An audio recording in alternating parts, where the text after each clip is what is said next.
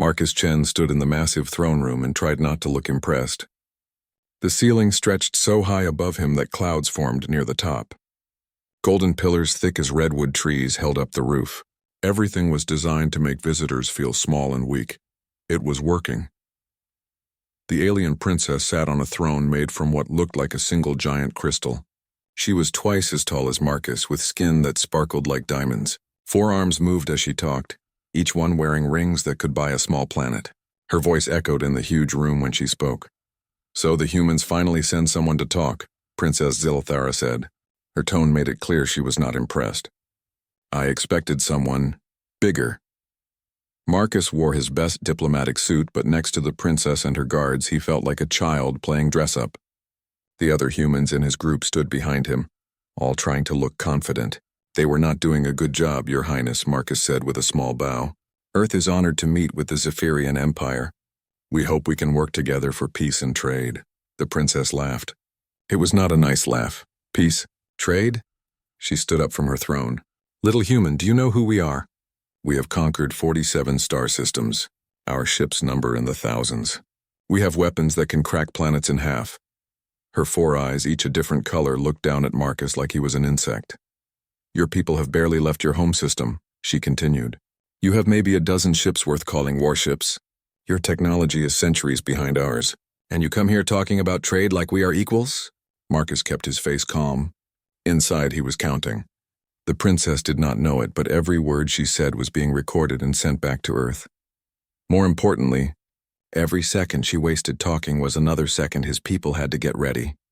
"We may be small," Marcus said, "but we have things to offer. Our people are hard workers. We learn fast. We could be useful partners." The princess walked down the steps from her throne. Each step made a sound like breaking glass. "Humans, you are not partners. You are barely worth our attention. The only reason we are talking to you at all is because you ask so nicely." She stopped right in front of Marcus. Up close, her skin really did look like crystal. Her breath smelled like flowers and ozone. "Here is what will happen," she said. "You will give us mining rights to 3 of your colony worlds. You will send us tribute every year. Gold, rare metals, whatever we want. Your ships will stay out of our space unless we give permission. In return, we will not destroy your pathetic little civilization." Marcus looked up at her. "And if we say no?" The princess smiled. It was not a pleasant sight. Her teeth were sharp and silver. "Then you'll be killed in a minute, human. My father, the Emperor, grows tired of small annoyances.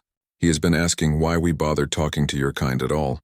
One word from me, and your Earth becomes a memory." The other humans behind Marcus shifted nervously. Ambassador Williams whispered something that sounded like a prayer. General Morrison's hand moved toward his sidearm before he caught himself. Marcus just smiled. "You know what, Your Highness? I think there's been a misunderstanding here." "Oh?" The princess tilted her head. "And what misunderstanding is that?" "You think we came here begging for mercy," Marcus said. "You think we're scared little creatures hoping the big bad empire won't hurt us."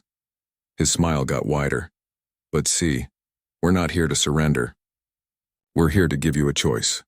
The princess laughed again, but this time it sounded a little forced. "A choice? What choice could you possibly give us?"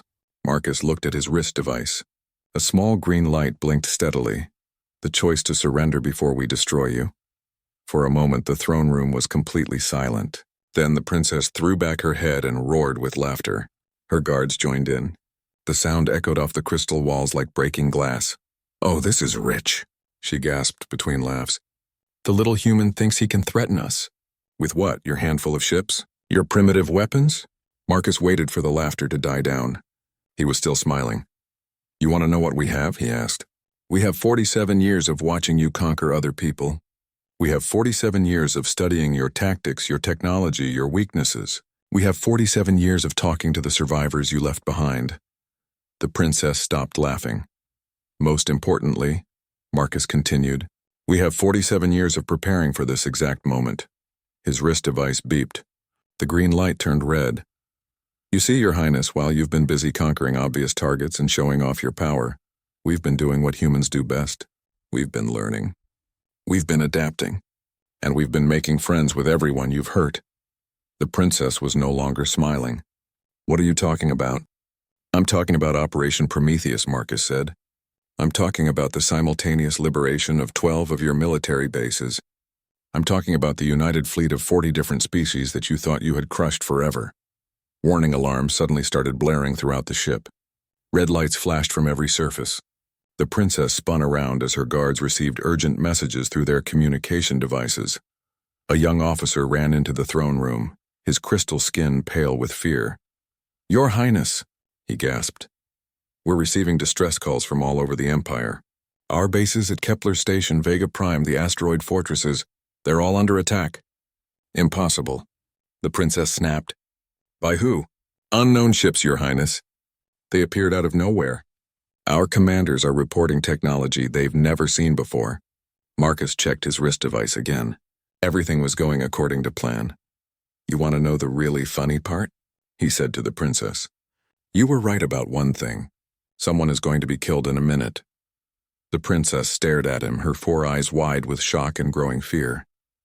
"But it won't be me," Marcus continued. "And it won't be my people. See, while you were giving your little speech about how powerful you are, the timer ran out on your empire. More alarms joined the first ones. The throne room was now filled with flashing lights and urgent sounds. More officers ran in with reports of attacks, of battles, of Zephyrian forces retreating in confusion.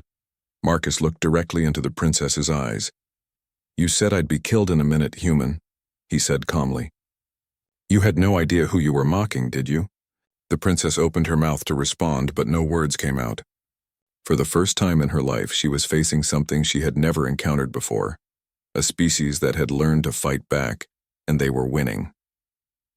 Princess Zilathera ran through the corridors of her ship with Marcus right behind her.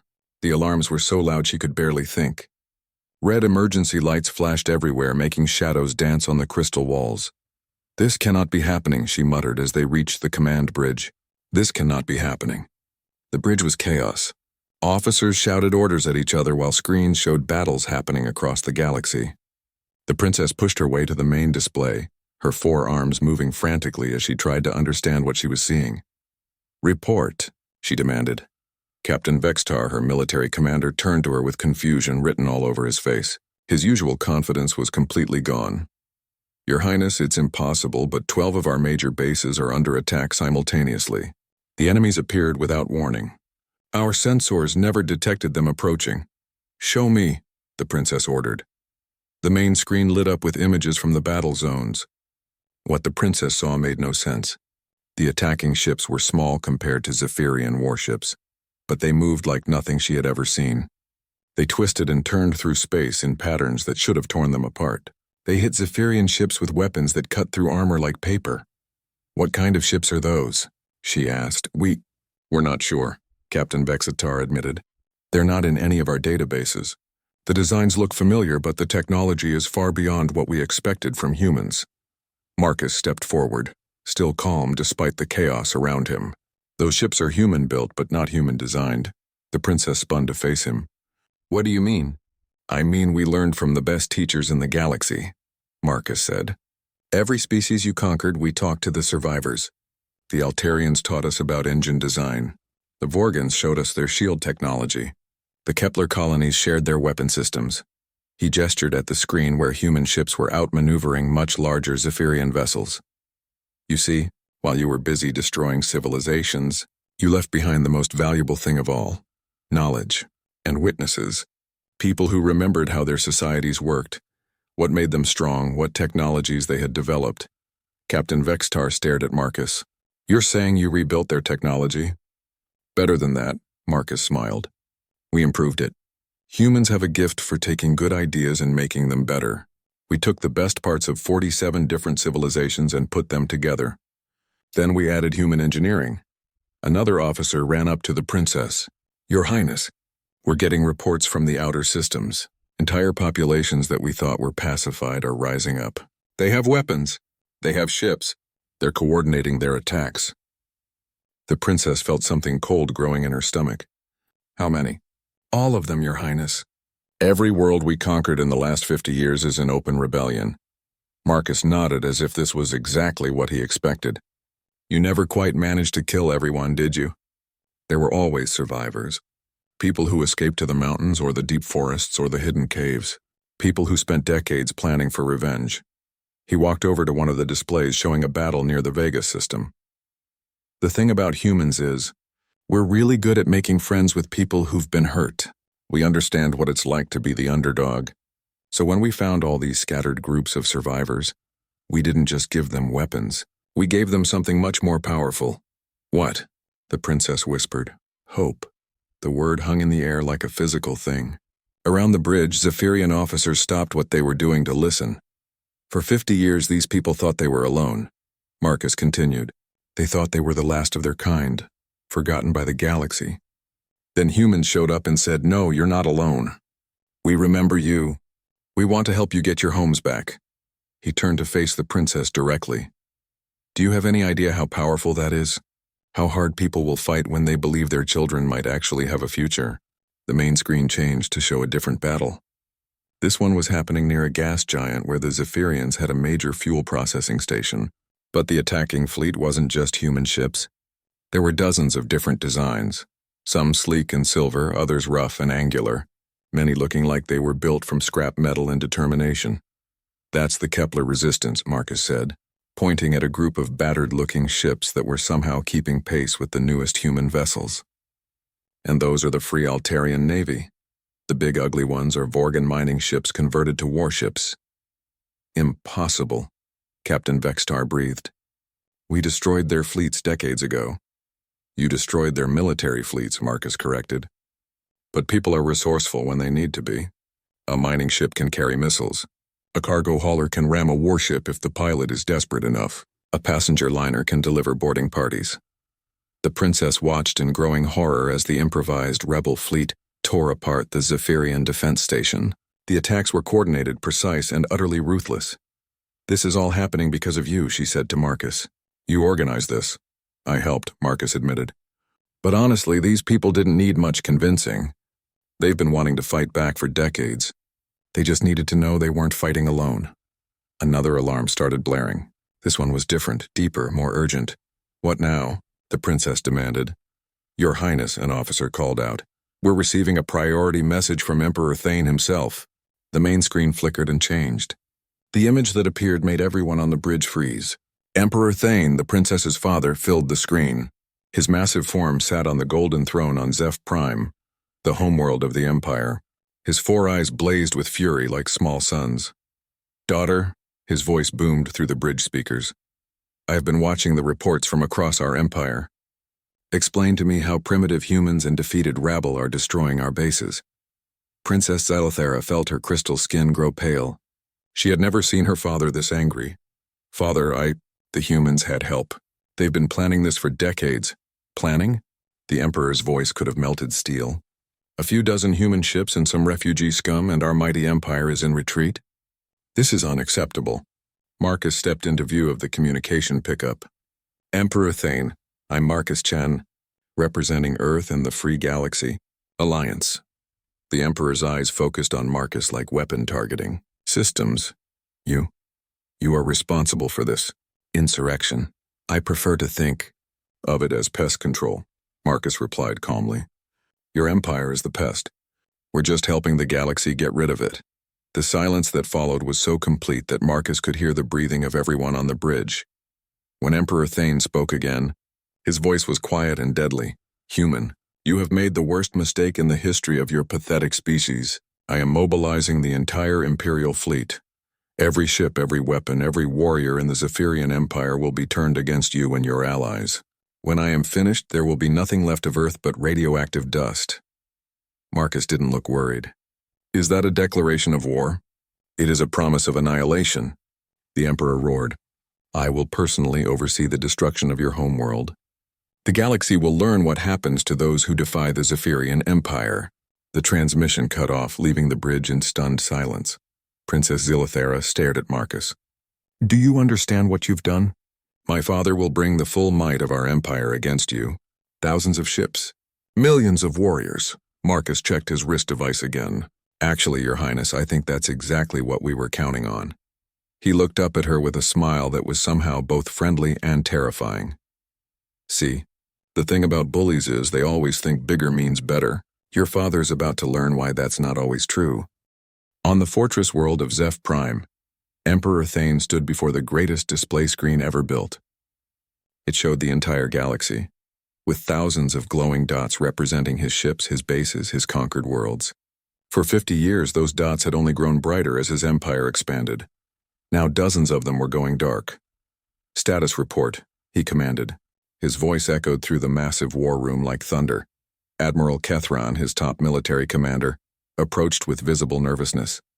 "My Emperor, the attacks continue across 17 sectors. Our forces are struggling to respond effectively." "Struggling?" The Emperor's 4 eyes blazed. "Our ships are the most powerful in the galaxy. Our weapons can destroy planets. How are we struggling against refugees and humans?" "The enemy tactics are unlike anything we've encountered," the Admiral explained. "They don't fight like civilized warriors. They attack in small groups, hit our supply lines, and disappear before we can respond. They're using our own size against us." Emperor Thane studied the display. Red warning symbols marked battles happening across his empire. Most disturbing of all, the attacks were coordinated. This wasn't random rebellion, this was planned warfare. "How many ships do they have?" "Intelligence estimates suggest approximately 3,000 vessels of various sizes and capabilities," Admiral Kethron replied. "Most are converted civilian ships or captured Zephyrian vessels." 3,000 ships against our fleet of 15,000? The Emperor's laugh was like breaking stone. "This should be a massacre in our favor." "Yes, my Emperor, but they're not fighting us ship to ship. They strike fast at our weakest points, take what they need, and retreat before our main fleets can engage. They've captured enough of our own supplies to keep fighting indefinitely." Emperor Thane's hands clenched into fists. "Then we changed tactics. Send orders to all sector commanders. No more defensive positions. We hunt them down and destroy them completely." "My Emperor," another officer interrupted. "We're receiving reports that the humans are broadcasting messages to our own populations. They're calling for rebellion against the Empire." "Show me." The display changed to show a human face, the same diplomat who had stood in his daughter's throne room. Marcus Chen appeared calm and confident as he spoke directly into the camera.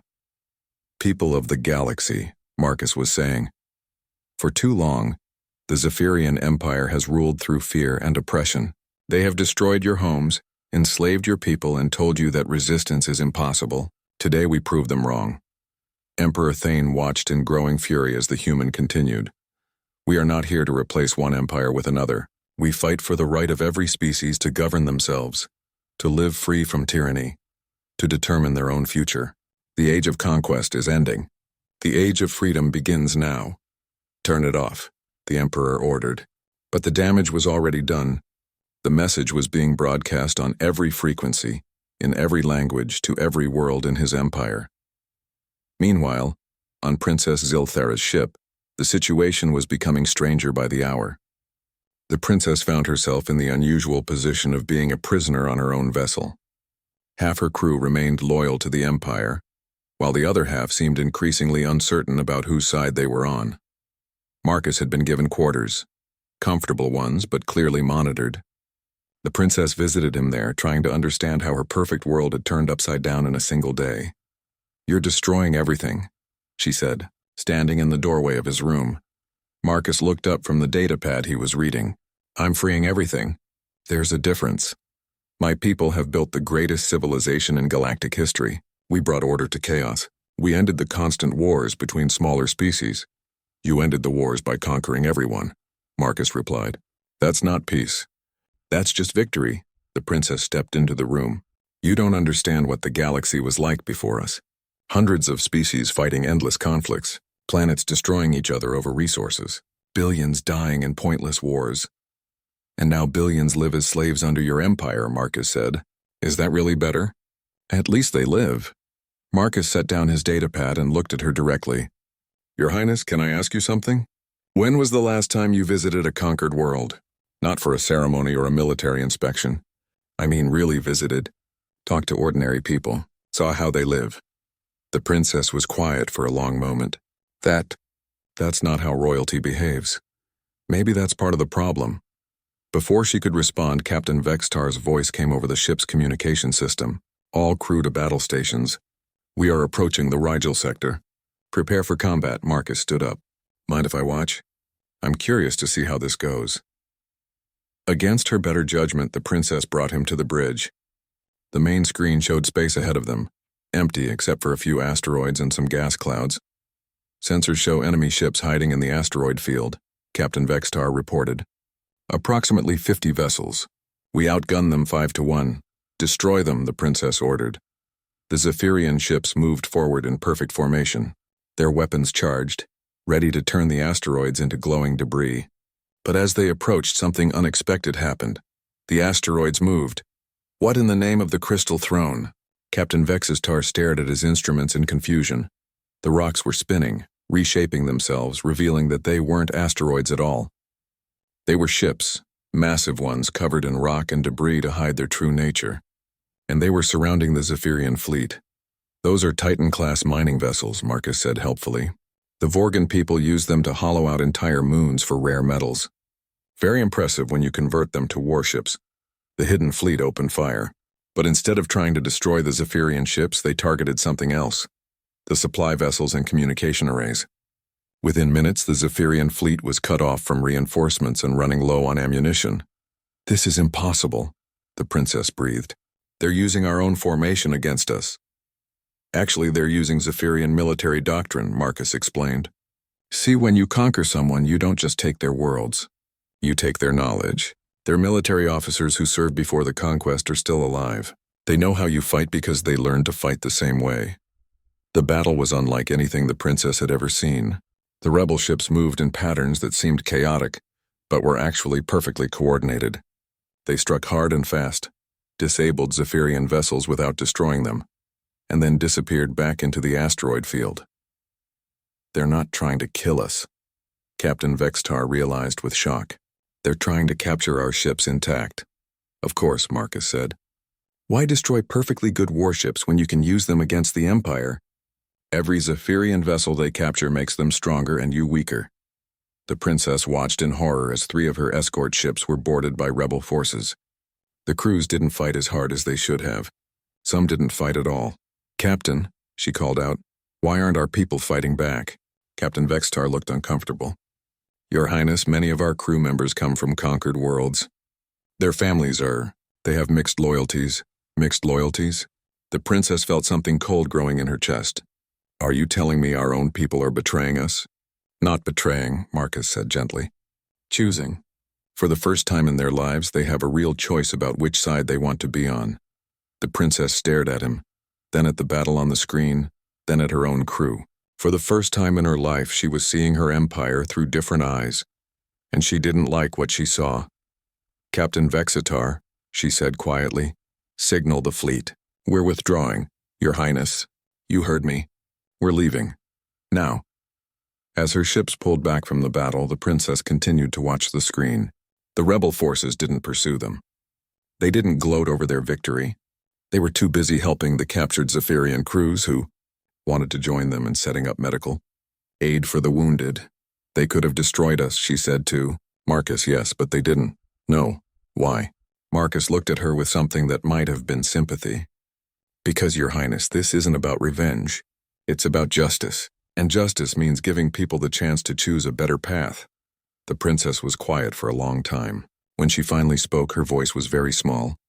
My father will never understand that. I know, Marcus said sadly. That's why this war is just beginning. The final battle for Zeph Prime was unlike anything the galaxy had ever seen. Princess Zilithara stood on her ship's bridge, watching thousands of vessels face each other in the space above her homeworld. On one side flew the combined fleet of the Free Galaxy Alliance, humans, rebels, and former Zephyrian ships now flying under new flags. On the other side was her father's Imperial Armada, the most powerful military force ever assembled. 3,000 rebel ships against 12,000 Imperial vessels, Captain Vextar reported. The odds are still heavily in our favor, but the princess was no longer sure what our favor meant. Over the past weeks, she had watched battle after battle where her father's forces were outmaneuvered, outsmarted, and often outfought by enemies they should have crushed easily. Marcus stood beside her, no longer a prisoner but not exactly a guest either. Their relationship had become something neither of them quite understood. Enemy? Ally? Something else entirely? Your people still have time to surrender, she said to him. Marcus shook his head. This ends here one way or another. Your father has made it clear he'd rather destroy the galaxy than lose control of it. As if summoned by their conversation, Emperor Thane's massive image appeared on the communication screen. Behind him, the princess could see the golden throne room where she had played as a child. It looked different now, darker, filled with weapons and tactical displays. Daughter, the Emperor's voice boomed across the bridge, you will bring me the human leader immediately. I want to watch him die before I destroy his fleet. Princess Salthera felt every eye on the bridge turn to her. This was the moment she had been dreading. She looked at Marcus, who waited calmly for her decision. Father, she said slowly, I think you should speak with him first. You might learn something. Learn? From a primitive human. The Emperor's laugh was like breaking glass. The only thing I want to learn is how quickly he screams. Marcus stepped forward so the Emperor could see him clearly. Emperor Thane, I'm sorry it's come to this. Sorry? The Emperor leaned forward on his throne. You destroy my empire, turn my own subjects against me, and you're sorry? I'm sorry you never learned the difference between ruling and leading, Marcus replied. I'm sorry you built an empire on fear instead of respect. And I'm sorry that you're about to lose everything because you can't imagine a galaxy where people choose to work together instead of being forced to. The Emperor's 4 eyes blazed with fury. You dare lecture me about leadership? I have conquered 47 star systems. I have built the greatest civilization in galactic history. You've built the biggest civilization, Marcus corrected. Greatest and biggest aren't the same thing. The battle outside had begun. The princess watched the tactical display as the 2 fleets moved toward each other. But something was wrong with the human formation. Instead of staying together for mutual protection, they were spreading out, making themselves vulnerable. What are they doing? Captain Vexistar muttered. They're splitting their forces. We can destroy them piece by piece, but Marcus was smiling. Watch and learn. The scattered human ships weren't running away or making random attacks. They were moving with purpose, diving toward Zeph Prime itself. As they got closer to the planet, the princess realized what they were doing. They're targeting the civilian evacuation routes, she gasped. No, Marcus said firmly. They're protecting them. The princess looked more carefully at the tactical display. Marcus was right. The human ships were positioning themselves between the Imperial fleet and the civilian transport vessels fleeing the planet's surface. But that made no sense tactically. It left the humans completely exposed to Imperial firepower. Father, she called out, you're evacuating the civilians. Emperor Thane's expression grew even darker. The people will stay at their posts. This is their home. They will defend it or die trying. But the transports, the princess began, are carrying military supplies to my fortress. The Emperor finished. Nothing more. Marcus's face went hard. Those transports are full of families, children, people who just want to get away from the fighting. My people do not run, Emperor Thane declared. They fight or they die for the Empire. Even the children.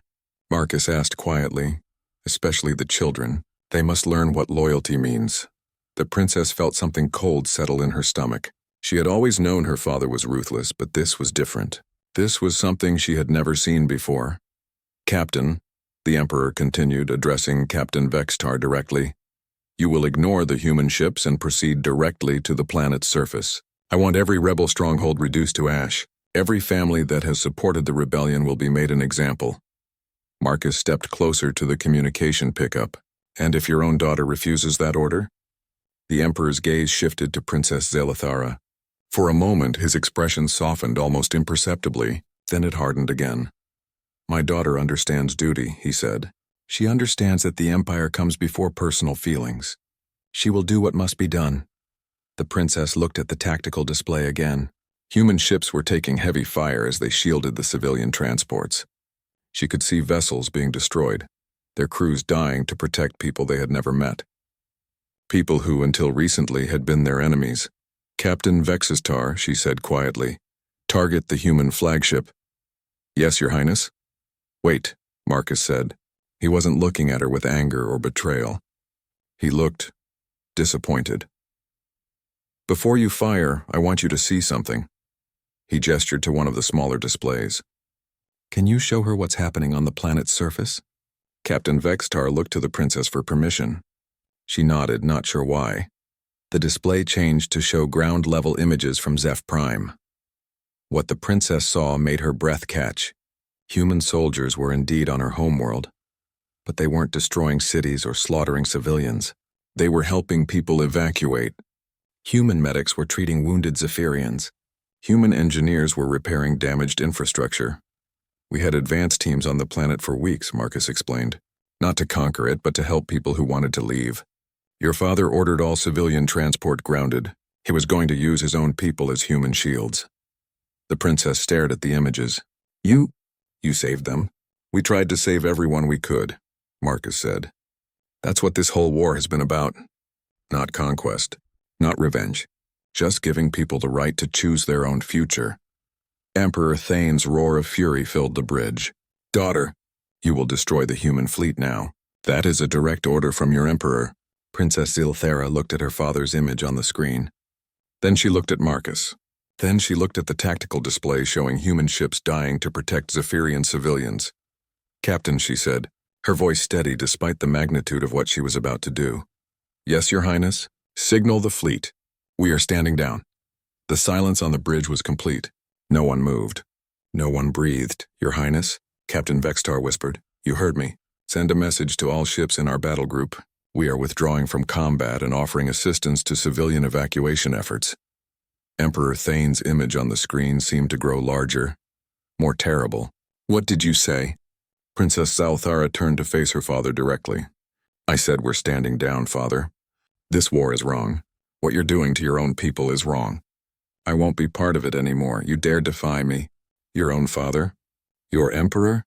I dare to choose what's right over what's expected, she replied. Her voice was shaking, but her words were clear.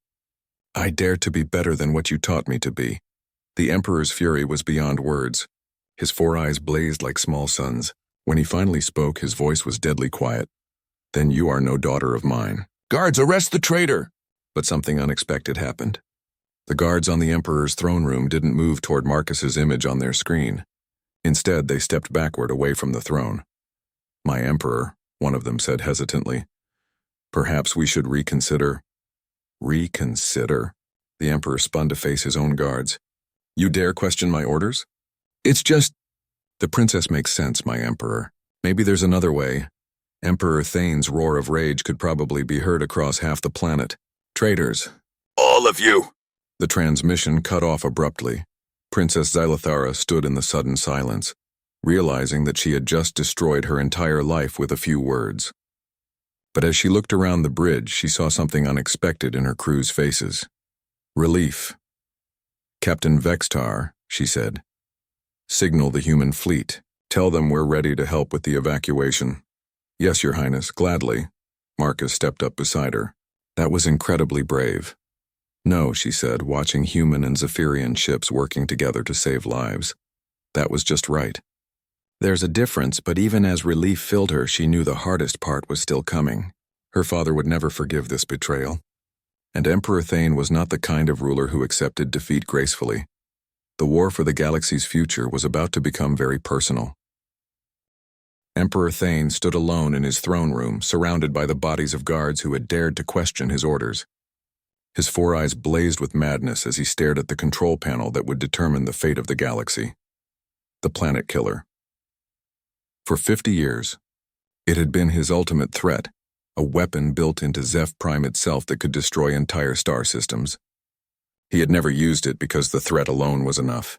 But now, with his empire crumbling and his own daughter turned traitor, it was time to show the galaxy what happened to those who defied him. If I cannot rule, he whispered to the empty room, then no one will. His massive hand moved toward the activation switch, above the planet. Marcus and Princess Zilthera worked frantically to coordinate the evacuation. Human and Zephyrian ships flew side by side, racing against time to get as many people off Zeph Prime as possible. How many more transports? Marcus asked. 17 still loading, Captain Vex's tar reported. But they're moving slowly. The civilians are scared and confused. Can you blame them? The princess said bitterly. Half of them probably think this is a trick. The other half are too terrified to move. Marcus studied the tactical display. We need more time. Time we don't have, the princess replied. I know my father. He's planning something terrible. He always has a final card to play. As if summoned by her words, every communication screen on every ship suddenly flickered to life. Emperor Thane's massive form filled the displays, but he looked different now. His royal robes were torn and blood-stained. His crystal skin was cracked with stress. His 4 eyes burned with the light of madness. "People of the galaxy," he began, his voice echoing across thousands of ships. "Witness the price of rebellion." Marcus felt ice form in his stomach. What's he doing? "I am Emperor Thane, ruler of the Zephyrian Empire," the mad ruler continued. "For 50 years I have brought order to chaos, strength to weakness, purpose to meaningless existence. But you have chosen to throw away my gifts. You have chosen chaos over order, weakness over strength." The princess grabbed Marcus's arm. "He's activating the planet killer. I know that look. He's going to destroy everything rather than lose. Can we stop him? Not from here. Someone would have to get to the throne room and shut down the weapon manually." Marcus looked at the evacuation display. Thousands of people were still on the planet's surface, racing toward escape ships. If the planet killer activated, they would all die. "How long do we have?" "Minutes," the princess said. "Maybe less." Emperor Thane's broadcast continued. "Since you have rejected my benevolent rule, you will have no rule at all. The planet killer will activate in exactly 10 minutes. Zeph Prime will be destroyed, along with every rebel ship in this system. Let this be a lesson to any who dare defy the natural order." Marcus made a decision that surprised everyone, including himself. "I'm going down there." "What?" The princess stared at him. "That's suicide. The planet killer will—" "Not if I stop it first." Marcus was already moving toward the shuttle bay. "Get those evacuation ships clear." "All of them! Marcus, wait!" The princess followed him. "You can't fight my father alone. He's twice your size and 3 times as strong." Marcus paused at the shuttle bay door. "Your Highness, there's something you need to understand about humans. We're not the biggest species in the galaxy. We're not the strongest or the fastest or the smartest. But we have one thing that your father never learned to account for." "What's that?" "We're too stupid to know when we're beaten." The shuttle trip to the planet's surface took 3 minutes that felt like hours. Marcus flew through anti-aircraft fire, dodging energy blasts that could have vaporized his small ship. But he had learned to fly from the best pilots of a dozen different species, and he made it to the palace landing pad with seconds to spare. The palace corridors were eerily empty. Emperor Thane had sent all his remaining loyal guards to die fighting the evacuation ships. He wanted to face the end alone, like the mad king he had become. Marcus found him in the throne room, standing before a massive control panel covered in warning lights and countdown displays. 7 minutes and 32 seconds until the planet killer fired. "So," Emperor Thane said without turning around, "the little human comes to save the day. How very predictable." "It's over, Emperor," Marcus said. "Your empire is finished. Your own people have abandoned you. Just shut down the weapon and surrender." Emperor Thane finally turned to face him. Up close, Marcus could see that the madness in his eyes was complete. This was no longer a rational being who could be reasoned with. "Surrender?" The Emperor laughed, and the sound echoed off the crystal walls like breaking glass. "I am Emperor Thane. I do not surrender. If I cannot rule the galaxy, then there will be no galaxy to rule." He lunged at Marcus with speed that should have been impossible for something so large. Marcus barely dodged the first swipe of those massive claws, rolling aside as the Emperor's fist smashed a crater in the crystal floor. "You think you can defeat me, little human?" Emperor Thane roared. "I have conquered 47 star systems. I have crushed armies with my bare hands." Marcus ducked another swing and replied between gasps for air. "Yeah, well, I survived high school. So we're about even." The fight was brutal and one-sided. Emperor Thane was stronger, faster, and had 4 arms to Marcus's 2. But Marcus had something the Emperor didn't expect. He had learned to fight from every warrior culture in the galaxy. Altarian speed techniques, Vorgan defensive stances, Kepler strike patterns, all blended together into something new. More importantly, Marcus was fighting for something the Emperor couldn't understand. Not for conquest or glory or revenge, but for the simple right of people to live free from fear. 5 minutes until the planet killer fired. Marcus managed to land a solid hit on the Emperor's chest, cracking the crystal skin. But the effort left him open to a backhand that sent him flying across the room. He hit the wall hard and slid to the floor, tasting blood. "Is this the best humanity can offer?" Emperor Thane sneered, advancing slowly. A broken little creature who thinks he can challenge a god? Marcus struggled to his feet. Not a god, just a bully who never learned when to stop. I will never stop. I will never surrender. I will never... The Emperor's words were cut off as Princess Zilithara entered the throne room. She moved with grim determination, carrying a Zephyrian energy weapon. Hello, father. Emperor Thane spun to face his daughter. You traitor! How dare you set foot in my throne room? This was my home long before it was your weapon, she replied calmly. I grew up in this room. I played games on these floors. I used to think you were the greatest being in the universe. I am the greatest being in the universe. No, Princess Zilithara said sadly. You're just a tired old tyrant who forgot that ruling means protecting people, not destroying them. 3 minutes until the planet killer fired. The Emperor charged his daughter with the same fury he had shown Marcus. But Princess Zilithara was ready for him. She was his daughter after all. She knew his moves, his patterns, his weaknesses. The battle between father and daughter was heartbreaking to watch. Emperor Thane fought with the desperation of a mad god, while Princess Zilithara fought with the sorrow of someone who loved what her father had once been. Marcus managed to reach the control panel while they fought. The shutdown sequence was complex, requiring royal DNA authentication. But as he studied the display, he realized something that made his blood run cold. Princess, he shouted over the sounds of battle. The shutdown requires 2 royal DNA samples. I need both of you. Princess Zilithara managed to pin her father's arm long enough to look at Marcus. What? A safety protocol? It needs the Emperor and a royal heir to agree on shutdown. Understanding flashed in her eyes. Father, you have to help shut it down. Please. Emperor Thane threw his daughter off and turned to Marcus with pure hatred. Never. I would rather see the galaxy burn than bow to rebel scum. 1 minute until the planet killer fired. Marcus looked at the countdown, then at the Emperor, then at Princess Zilithara. In that moment, he understood something that the Emperor never would.